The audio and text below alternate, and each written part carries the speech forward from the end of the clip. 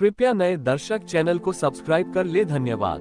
प्राचीन काल में हिमालय के एक अत्यंत दुर्गम क्षेत्र में प्रभंजन शिखर नाम की एक गगनचुंबी चोटी थी। इस चोटी पर हमेशा भयंकर और बर्फीली आंधियां चलती रहती थीं, जिनकी आवाज किसी भयानक गर्जना से कम नहीं होती थी।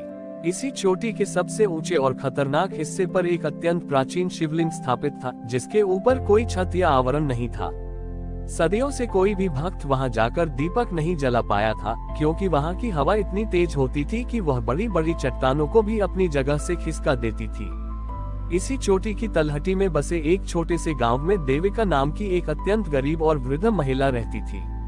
उसका इस संसार में कोई अपना नहीं था, लेकिन वह हमेशा शिव की भक्ति में मगन रहती थी और जंगल से लकड़ियां बीनकर अपना जीवन चलाती थी। एक वर्ष सर्दियों के मौसम में गांव पर एक भयानक प्राकृतिक विपत्ति आ गई। एक ऐसी बर्फीली आंधी आई जो कई दिनों तक रुकने का नाम ही नहीं ले रही थी। गांव के सारे रास्ते बंद हो गए, घर बर्फ में दबने लगे और लोग ठंड से जमने लगे। सूरज जैसे बादलों के पीछे हमेशा के लिए छिप गया था। गांव के सबसे वृद्ध और ज्ञानी ज्योतिषी ने गहरे ध्यान में बैठकर बताया कि इस प्रलयंकारी तूफान को केवल एक ही तरीके से रोका जा सकता है, यदि कोई सच्चा भक्त प्रभंजन शिखर पर स्थित उस प्राचीन शिवलिंग के समक्ष एक अखंड दीपक प्रज्वलित कर दे और वह दीपक इस आंधी में भी बुझने न पाए, तो महादेव की कृपा से ये तूफान शांत हो जाएगा। गांव के कई बलिष्ठ और साहसी युवकों ने ये प्रयास किया, लेकिन कोई भी उस चोटी के आधे रास्ते तक भी नहीं पहुंच सका। तेज हवाओं ने उन्हें उठाकर नीचे फेंक दिया और उनके दीपक तो घर से निकलते ही हवा के पहले झोंके में बुझ गए। जब सभी गांव वालों ने हार मान ली और असहाय होकर अपनी मृत्यु का इंतजार करने लगे, तब वृद्ध देविका अपनी छोटी सी झोपड़ी से बाहर निकली। उसके कांपते हाथों में मिट्टी का एक साधारण सा दिया और थोड़ी सी रुई की बाती थी। उसने गांव वालों से शांत स्वर में कहा कि वह महादेव के उस मंदिर में ज्योति जलाकर आएगी। लोग उसकी बात सुनकर हैरान रह गए। कुछ ने तरस खाते हुए कहा कि जिस खौफनाक आंधी में जवान और शक्तिशाली लोग नहीं टिक पाए, वहाँ ये कमजोर और बूढ़ी महिला कैसे जाएगी? ये तो सीधे सीधे मौत को गले लगाना है। लेकिन देविका ने किसी की बात नहीं सुनी। उसने आंखें बंद करके ओम नमः शिवाय का जाप शुरू किया और अपनी लाठी के सहारे उस बर्फीले और भयानक पहाड़ पर चढ़ना शुरू कर दिया। जैसे ही वह पहाड़ की खड़ी चढ़ाई पर आगे बढ़ने लगी, एक अद्भुत चमत्कार होने लगा। देविका जिस रास्ते से भी गुजरती, वह भयंकर आंधी अचानक उसके आसपास आकर एक नर्म और शांत हवा में बदल जाती। कई घंटों की अत्यंत कठिन और प्राणलीवा चढ़ाई के बाद देविका अंततः उस खौफनाक प्रभंजन शिखर के शीर्ष पर पहुंच गई। वहां का दृश्य अत्यंत डरावना था। हवा बवंडर का रूप ले चुकी थी और ऐसा लग रहा था मानो आज पूरा पहाड़ ही अपनी जगह से उड़ जाएगा। देविका ने लड़खड़ाते हुए वह मिट्टी का दिया शिवलिंग के ठीक सामने रखा, लेकिन तभी हवा के एक बेहद तेज झोंके ने दिए का सारा तेल जमीन पर बिखेर दिया। दिया बिल्कुल खाली हो गया।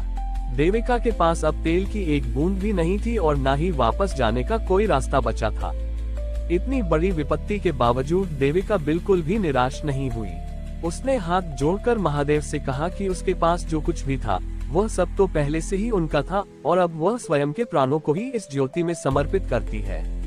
ये कहकर उसने अपनी सूखी और बूढ़ी आंखों से बहते हुए भक्ति के आंसुओं को उस खाली दिए में गिरने दिया और अपनी पुरानी साड़ी के एक हिस्से को फाड़कर उसकी बाती बना दी।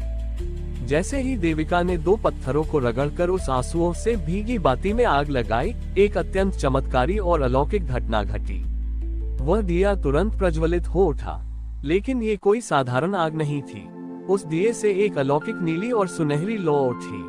जो भयंकर आंधी अब तक चट्टानों को तोड़ रही थी, वह उस नन्हे से दिए के चारों ओर एक सुरक्षा घेरा बनाकर अत्यंत धीमी गति से परिक्रमा करने लगी। स्वयं वायुदेव ने उस ज्योति और उस वृद्ध भक्त के आगे अपना शीश झुका दिया था। उसी अलौकिक ज्योति के भीतर से भगवान शिव की एक अत्यंत शांत, तेजोमय और करुणामय छवि प्रकट हुई। महादेव ने मुस्कुराते हुए अपनी उस निस्वार्थ भक्त को दर्शन दिए और अगले ही पल वह भयानक तूफान पूरी तरह शांत हो गया। आसमान एकदम साफ हो गया, सुनहरी धूप निकल आए और पहाड़ की बर्फ पिघलकर निर्मल जीवनदायिनी नदियों में बदल गई। गांव वाले जब मौसम साफ होने पर भागते हुए पहाड़ की चोटी पर पहुंचे, तो उन्होंने देखा कि शिवलिंग के सामने वह मिट्टी का दिया बिना किसी तेल के भी अनंत काल के लिए अत्यंत तेज रोशनी के साथ जल रहा था। लेकिन देविका वहां नहीं थी। वह अपना नश्वर शरीर त्याग कर उसी अखंड ज्योति में समाहित होकर हमेशा के लिए अपने आराध्य महादेव के परम स्वरूप में विलीन हो गई थी। समय अपनी गति से आगे बढ़ता रहा। देविका के उस महान बलिदान और महादेव के प्रत्यक्ष चमत्कार के बाद प्रभंजन शिखर केवल एक दुर्गम पहाड़ नहीं रहा, बल्कि वह पूरे आर्यावर्त में एक महान और जागृत तीर्थ स्थल बन गया। उस अखंड ज्योति के दर्शन के लिए दूर दूर से लोग आने लगे। वह छोटा सा मिट्टी का दिया बिना किसी तेल या घी के भीषण बर्फबारी और तूफानों में भी उसी अलौकिक सुनहरी और नीली आभा के साथ जलता रहता था। शुरुआत में लोग वहां अत्यंत श्रद्धा, विनम्रता और भक्ति भाव से आते थे, लेकिन जैसे जैसे दशक बीते, गांव वालों के मन में अज्ञान और लालच जन्म लेने लगा। उन्होंने उस पवित्र चोटी के रास्ते में अपनी दुकानें लगा ली। कोई ज्योति के दर्शन के नाम पर यात्रियों से धन वसूलने लगा, तो कोई उस दिए की भस्म को चमत्कारिक बताकर ऊंचे दामों पर बेचने लगा। वह स्थान जो कभी देविका के निस्वार्थ प्रेम, सर्वोच्च त्याग और आंसुओं से पवित्र हुआ था, अब धीरे धीरे एक बड़े व्यापारिक केंद्र और स्वार्थ के अड्डे में तब्दील हो गया था। एक सर्द रात, जब पूरा गांव अपने द्वारा कमाए गए धन का हिसाब लगा रहा था, अचानक पहाड़ की चोटी से एक डरावनी गर्जना हुई। लोगों ने घबराकर ऊपर देखा तो उनके होश उड़ गए। वह अखंड ज्योति, जो दशकों से पूरे आकाश को रोशन कर रही थी और जिसे वे लोग अमर मान बैठे थे, अचानक मध्यम पड़ने लगी थी। उसकी नीली और सुनहरी लौ अब बुरी तरह कांप रही थी और धीरे धीरे बुझने की कगार पर पहुंच गई थी। गांव वालों में हाहाकार मच गया। उन्हें लगा कि यदि यह ज्योति बुझ गई, तो न केवल उन पर प्रकृति का प्रकोप फिर से टूट पड़ेगा, बल्कि उनका सारा व्यापार और गांव का महत्व भी हमेशा के लिए खत्म हो जाएगा। घबराहट में लोग बड़े बड़े स्वर्ण कलशों में सबसे शुद्ध और महंगा घी लेकर पहाड़ की ओर दौड़े। चोटी पर पहुंचकर उन्होंने उस कांपती हुई लौ में ढेरों घी डाल दिया, लेकिन चमत्कार यह हुआ कि घी डालते ही उस ज्योति से रोशनी के बजाय भयानक काला धुआं उठने लगा और उसकी चमक और भी कम हो गई। लोगों ने ज्योति के चारों ओर सोने और चांदी के आभूषणों का ढेर लगा दिया, लेकिन ज्योति का कांपना और धुएं का उठना बंद नहीं हुआ। उसी गांव में एक अत्यंत साधारण और भोला भाला बालक रहता था, जिसका नाम शिवांश था। वह जन्म से ही अनाथ था और अक्सर बिना किसी स्वार्थ के चोटी तक जाने वाली बर्फीली सीढ़ियों को साफ किया करता था। जब गांव के बड़े बड़े लोग, व्यापारी और पुजारी हार मानकर रोने लगे, तब शिवांश भीड़ को चीरता हुआ आगे आया। उसने देखा कि महादेव के उस पवित्र शिवलिंग और ज्योति के चारों ओर धन, आभूषण और अहंकार का गंदा पर्दा पड़ा है। शिवांश ने बिना किसी डर के अपने छोटे छोटे हाथों से उस शिवलिंग के आसपास पड़ी उन सभी कीमती वस्तुओं और स्वर्ण कलशों को दूर फेंक दिया। फिर उसने अपने फटे हुए वस्त्र से शिवलिंग को साफ किया और घुटनों के बल बैठकर हाथ जोड़ लिए। शिवांश ने भरे हुए गले से महादेव से प्रार्थना की और कहा कि हे नीलकंठ, ये लोग भूल गए हैं कि यह ज्योति इनके सोने, चांदी, तेल या घी से नहीं, बल्कि एक गरीब माँ के आंसुओं, उसके खालीपन और उसके पूर्ण समर्पण से जली थी। आपने तो एक निर्धन का खाली दिया स्वीकार किया था, इन लोगों ने तो उसे अपने अहंकार से भर दिया है। इतना कहते कहते शिवांश की आंखों से छलके दो पवित्र आंसू उस मिट्टी के दिए के पास गिरे। जैसे ही उन आंसुओं ने उस दिए को स्पर्श किया, वहां छाया हुआ सारा काला धुआं तुरंत छट गया और वह अखंड ज्योति अपनी पूरी भव्यता के साथ आसमान को चीरते हुए फिर से प्रज्वलित हो उठी।